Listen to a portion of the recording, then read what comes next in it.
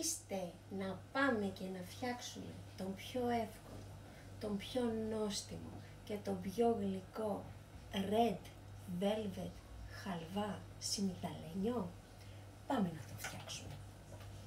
Μία κατσαρολίτσα, ούτε καβούρδισμα ούτε τίποτα, εύκολα, απλά και γρήγορα. Το πρώτο που θα κάνουμε είναι να τις μετρήσουμε, τις κούπες εννοώ. Ό,τι κούπα θέλετε θα χρησιμοποιήσετε ο καθένας, αλλά με την ίδια κούπα θα κάνετε όλη τη μέτρηση. Έχουμε μία κούπα λοιπόν σπορέλαιο. Εμένα είναι 250, οπότε είναι 250. Το βάζουμε. Έχουμε 2 κούπες σιμιγδάλι χοντρό.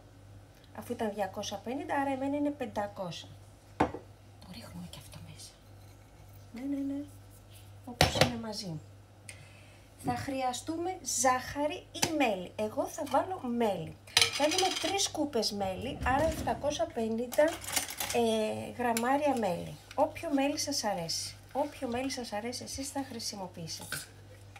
Λοιπόν, θα βάλουμε λοιπόν, αυτό είναι το συγκεκριμένο, είναι 1 κιλό, οπότε θα βάλουμε γύρω στα 750 γραμμάρια μέλι μέσα.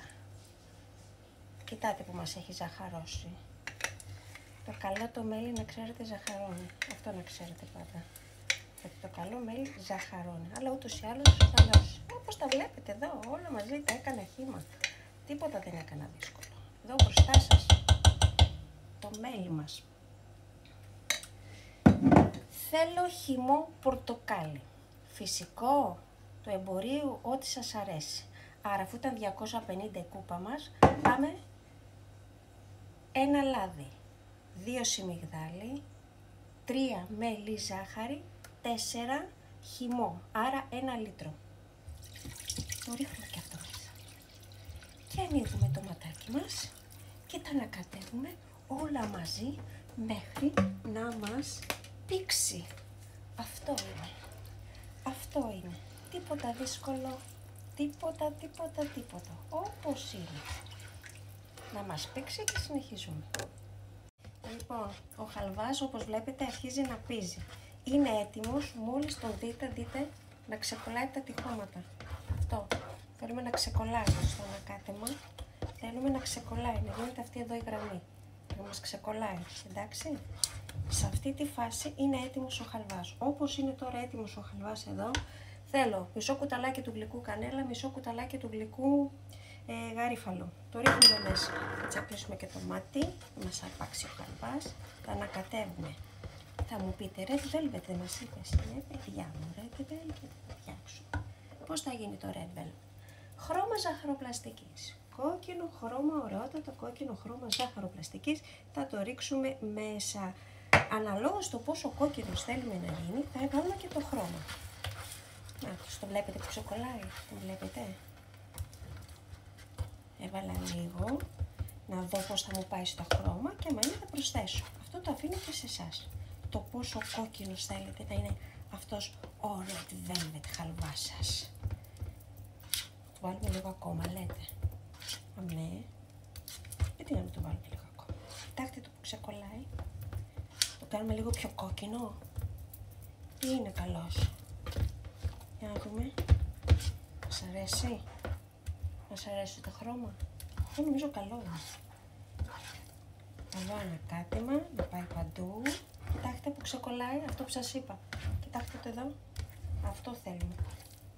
Και καλό ανακάτεμα να πάει παντού. Τι που η μαγειρική γυμνάζει και τα χέρια. Το ανακατέψεις αυτό εδώ. Κοίτα εδώ χαλβάς. Χαλβάς red velvet σιμιγδαλένιος. Αποσύρουμε από τη φωτιά και βάζουμε 100 γραμμάρια κουκουνάρι. Αμέ! Και θα βάλουμε και 100 γραμμάρια cranberry. Του πάει μουρλια. Εσείς άμα θέλετε βάλτε σταφίδες. Αλλά εγώ προτιμώ το cranberry. Θα τα ανακατέψουμε λοιπόν όλα αυτά εδώ μαζί. Να. Κοίτα εδώ πράγμα. Ωραία, τι θα φάμε. Ωραία, τι θα φάμε. Ωραία, τι θα φάμε. Και μία φορμούλα. Μία φορμούλα και θα το βάλουμε ή σε φορμάκια ατομικά ή σε φορμούλα μεγάλη, κανονική. Έλα να πέσει μέσα ο χαλβάς. Έλα να πέσει μέσα ο χαλβάς. Έλα. Έλα χαλβά μου. Ωραία πράγμα. Ποιος θα το φάει αυτό ρε παιδιά? Εμείς θα το φάμε όλο αυτό. Έγινε εδώ πράγμα. Έγινε εδώ πράγμα. Θα βάλουμε και σε φορμάκια βλέπω. Έτσι θα πάει. Για να δούμε. Κάτσε να το γεμίσουμε αυτό πρώτα όλα. Να πάει παντού. Παντού. Να γίνει ο χαλβάς τέλειος.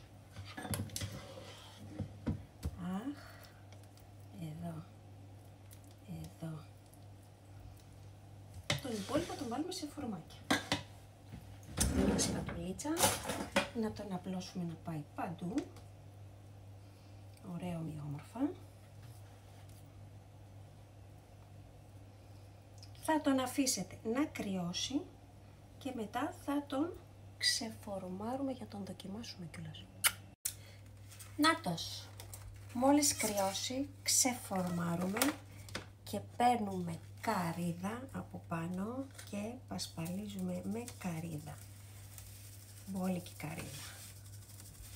Για να μας γίνει ο Red Velvet συνιγδαλένιος χαλβάς μας. Κοιτάξτε πόσο όμορφος είναι, σαν κόσμημα. Σαν κόσμημα, παιδιά μου. Τόσο εύκολα, τόσο γρήγορα, δεν κουραστήκαμε καθόλου να τον φτιάξουμε. Καθόλου. Νάτος. Νάτος, νάτος. Μοσχοβολάει δε. Και επειδή μας είχε περισσέψει και λίγο εδώ πέρα, φτιάξαμε και νελάκια. Για να δοκιμάσουμε τι φτιάξαμε. Τρώγεται.